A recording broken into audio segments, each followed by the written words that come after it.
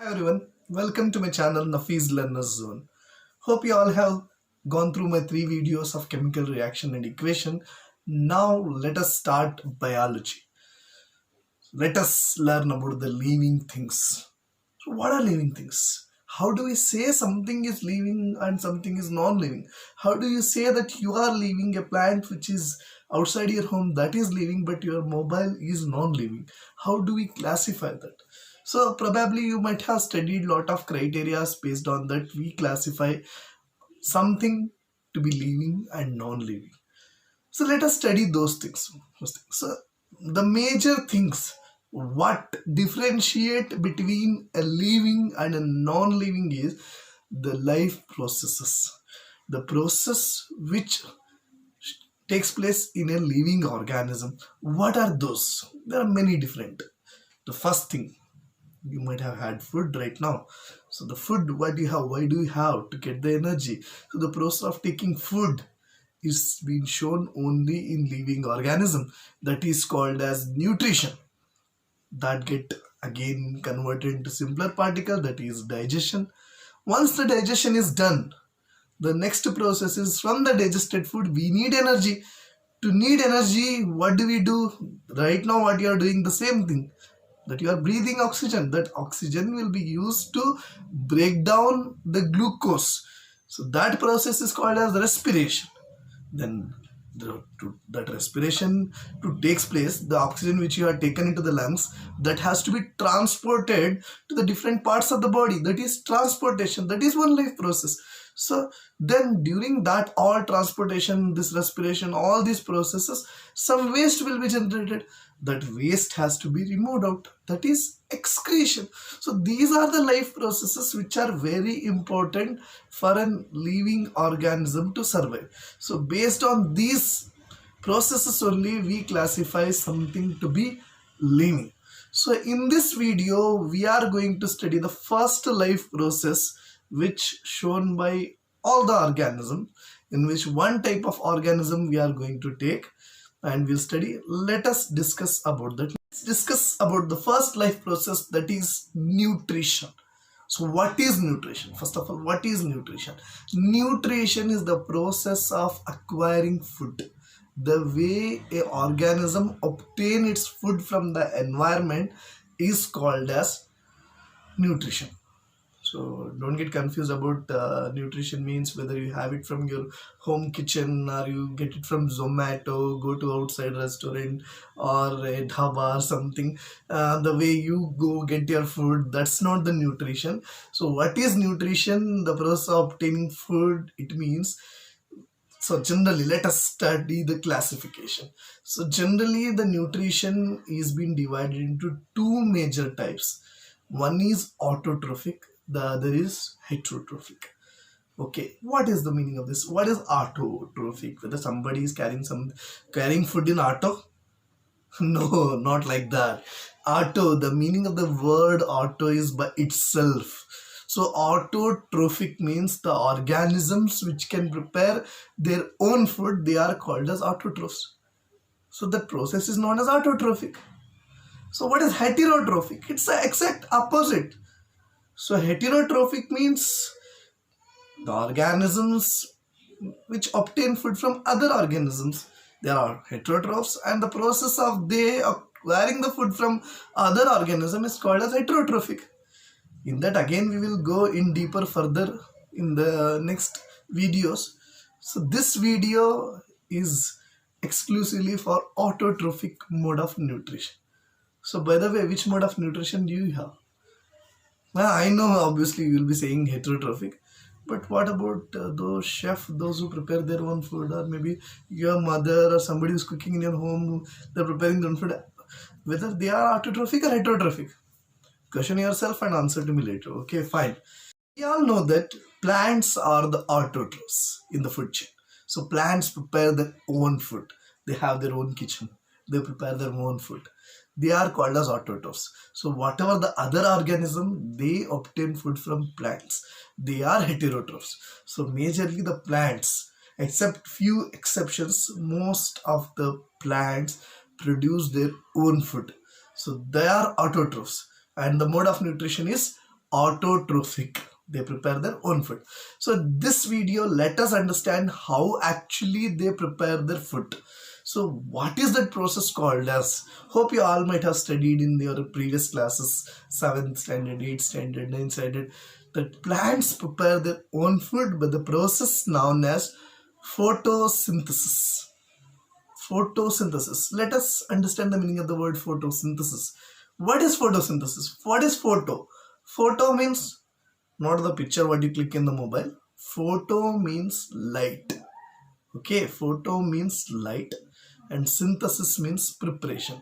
So photosynthesis means preparation using sunlight, using light is called a photosynthesis.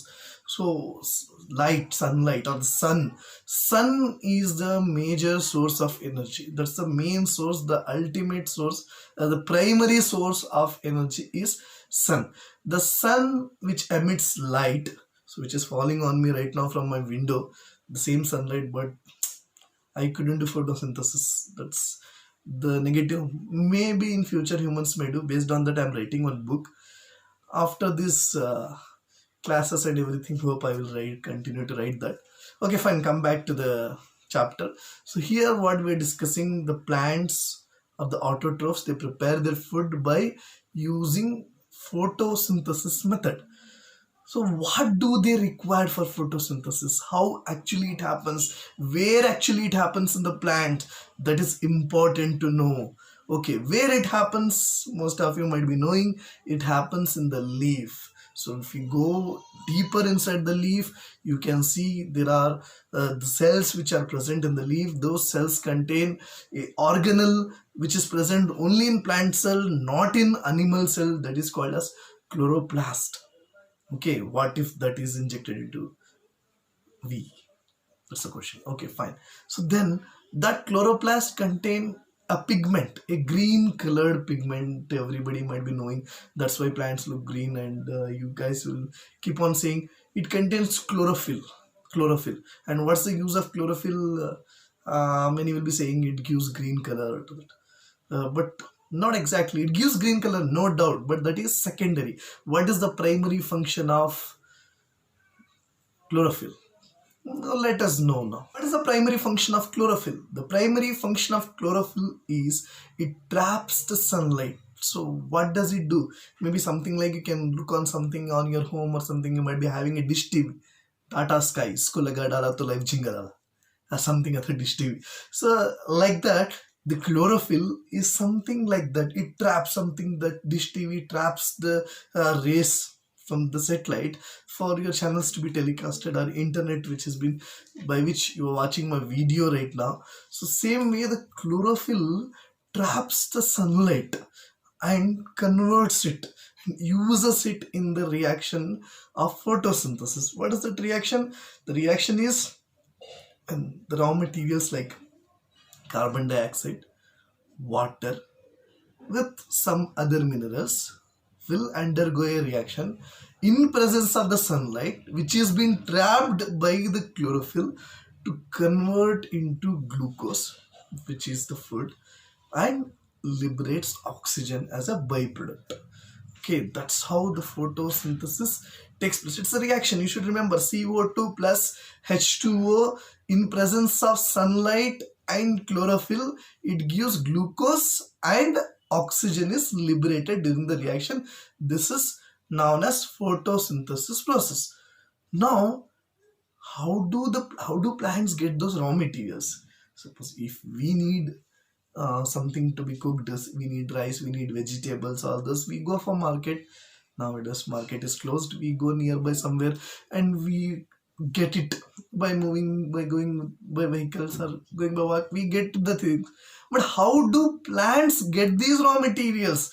That's important to know. This carbon dioxide, how does it get? Water, how does it get? Minerals, how does it get? And already sunlight, how it gets, already you got it. The remaining thing, let us see how plants get these raw materials. First raw material is carbon dioxide. It's a gas. It's a waste gas for us. We exhale it. But plants need it for photosynthesis, not for respiration. Remember, they use oxygen only for respiration. For photosynthesis, plants need carbon dioxide. How do they get? Obviously, carbon dioxide is there in the atmosphere. So how does it go? It doesn't have a nose, it doesn't have a nasal cavity through which it breathes. But it has some openings. It has some minute opening on the dorsal surface of the leaf. They are known as stomata. You might have heard this in your lower classes. Stomata is a small pores opening present on the dorsal surface of the leaf, through which the gases, through which this carbon dioxide enters into the leaf. That carbon dioxide is used in the reaction. Then what? Water. How does it get water? Obviously from the soil. You know that you might be watering the plant every day. That's a good habit, you must do it, especially now in the vacation. Do it, water the plant as it is summer. So this when you water the plant, in the sense you don't make it have a bath. Obviously you will pour the water into the soil itself. So through the soil, what happened, the roots absorb the water, and through the roots, then there are some kind of road, like for your transportation from your home to your school or something, you might be having roads, right? Road connectivity. So same way, it also needs some way, water to move or something. In your home, if water has to be lifted, then you have some PVC pipes through which the water will lift to the syntax, and from which you get into the taps. The same way, what kind of pipes are present in the plant body? There are vessels. There are vessels which are present. They are called as xylem. In 9th standard tissue chapter, you have learned the tissues, the vascular tissue, xylem and phloem. So xylem transports the water as well as minerals. What I told, that is also necessary for photosynthesis. Water and minerals will be transported through the xylem from the root to the top of the plant body to the leaves without any external force. Imagine, you need a motor to pump the water from the ground floor to the top floor, but plants, without having using any electrical mechanical energy, it will be transported. How does it happen? Think. The answer you'll get in the next upcoming videos, some other life process which you'll get it. That's how plants get the raw materials, whatever it required for the preparation of its food. And by using all these raw material in the kitchen of the plant, which is the kitchen of the plant? Its leaf, or the cell organelle, which is the kitchen of the cell, we say chloroplast. Inside the chloroplast, which are present in the leaf cells, the photosynthesis takes place, by which all these raw materials, carbon dioxide, water, mix, just like in your home for preparing rice, you add rice grains, water, salt, then heat it. So you require some energy, right? It's an endothermic reaction. So here also energy is used, that is sunlight. Sunlight is used in the chloroplast, using the raw materials, carbon dioxide, water and salts. What happens? A tasty food will be prepared, that is glucose, that will be ready for serving. How will it be served? That we are going to study in the next life process, the third life process, transportation. You have to wait for that for another 1 day or something, on 2 or 3 days you have to wait, because it's a very lengthy chapter. So that's about the autotrophic mode of nutrition. So next thing what we are going to learn in the next video is heterotrophic mode of nutrition. In that also there are a lot of subtypes, so we will go through about that. So please write it down in the comment section below if any doubts you are having related to this content, and please like, subscribe and share my video. Thank you so much.